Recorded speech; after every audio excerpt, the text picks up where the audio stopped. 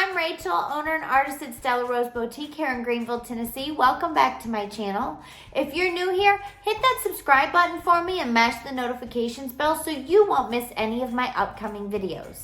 Today is a combination of a trash to treasure and a thrift flip for you. I'm adopted, and my birth mother, Maggie, every time she goes thrifting, she finds things for pennies on the dollar every single time. I can't find anything like she does. Anyhow, so I've got a set of 4 pots that she found. The original tag said Mainstay, so I think that's Walmart's brand. She paid $1 for them. So we're gonna make them over. I also went thrifting up in Cincinnati back in March. I'll leave that link below so you can watch that video. But I had the tiles left from that video, and I'm gonna make those over now too. And I think they were originally Southern Living. I also found a wooden tray at the local Dollar Tree. I'm gonna make that some high-end decor from the Dollar Tree. And then at the local dump, when I went to haul my trash, I found a suitcase, and it was in great shape, and it was older, but it was clean on the inside and outside. So come with me as we decide what I'm gonna do with this stuff. Let's go! These are the tiles that I got thrifting up in Cincinnati, and I wanted to go for a French country feel. So I started with 2 layers of DIY's Blue Iris. I wanted to wet distress it back to that color, so I put some Big Top on so it'll seal that color in. And here I'm adding DIY's Water Lily, and then I wet distressed it back to the Blue Iris. After I was done with that, I wanted it to have more of a soft look, so I dry brushed some Bead Board white on there, and then I sealed it all up with Big Top, and then clear wax, and then some white wax. And then I added some gold gilding wax to the edges and the highlights just to top it off. Here's the tray that I found at my local Dollar Tree, y'all. I couldn't believe it. So I decided it was the perfect project to try my brand new one-step Cottage Color paint on. It's put out by DIY, but the colors are curated by Jamie Ray. This is blue paint. It goes on in a very light pale blue, and it dries a little bit darker. I wanted to see how well the transfers would adhere to this new paint, so I got out the lemons transfer, and I was going to put lemonade and then the recipe that it takes for it. But I didn't like the way that was stamping, so I decided to take out my typesetting stamp and do it more like a Scrabble word look, and I put on love, lemons, sugar, and water. Everything you need to make lemonade. I used the China Blue ink from IOD. I did notice that it took a little bit longer for this ink to dry. I used the heat gun, and then I put 2 layers of Big Top to seal it all in. Here's the suitcase that I found at my local dump. Can't beat free and in good shape, inside and out. I cleaned it off with a Clorox wipe, and it's ready to be painted. I used the one-step Cottage Colors, and I used it in white linen. I haven't found anything that this paint can't go on. So far, it's gone on vinyl, metal, and wood without a problem. I did use 2 coats on both the tray and the suitcase. And then I got out my DIY clay-based paint in black velvet and painted 1 coat on the inside of the case. This is because I'm using a Prima redesigned decoupage paper that I carry, and I wanted it to blend into it and be muted and toned down. I didn't want the paper to pop, so I used a darker color. You see the 4 little bumps down here at the bottom of the case? This paper is more like a fabric, and it'll cover that up and blend it so it'll be smooth. I decided to cover this whole piece at one time because it's more like fabric than paper, and I laid it down, and then I used my hand instead of the typical saran wrap that I do because it's more like fabric.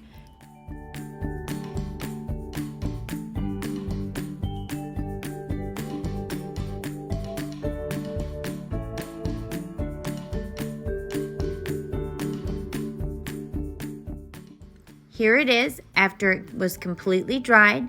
You can see that the little bumps are gone. You cannot see them. They've not come through because of the thickness of this decoupage paper. Had I used my 18-pound paper, you would have been able to see the little bumps on the underside. I'm sealing it all in with my DIY crystal clear patina.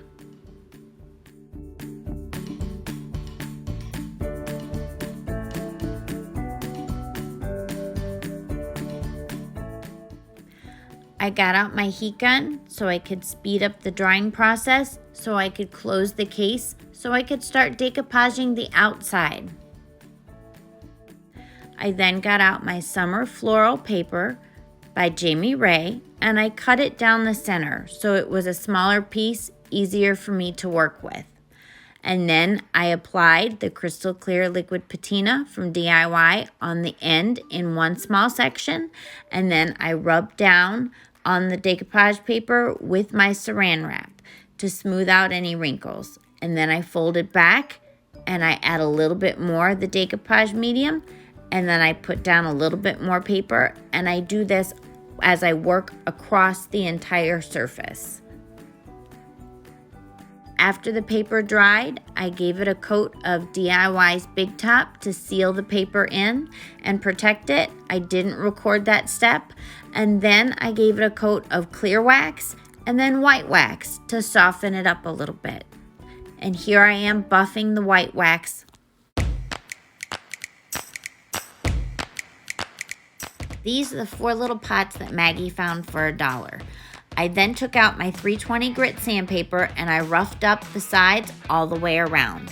I then took out my thin mount board, which I give away free, one with every stamp order.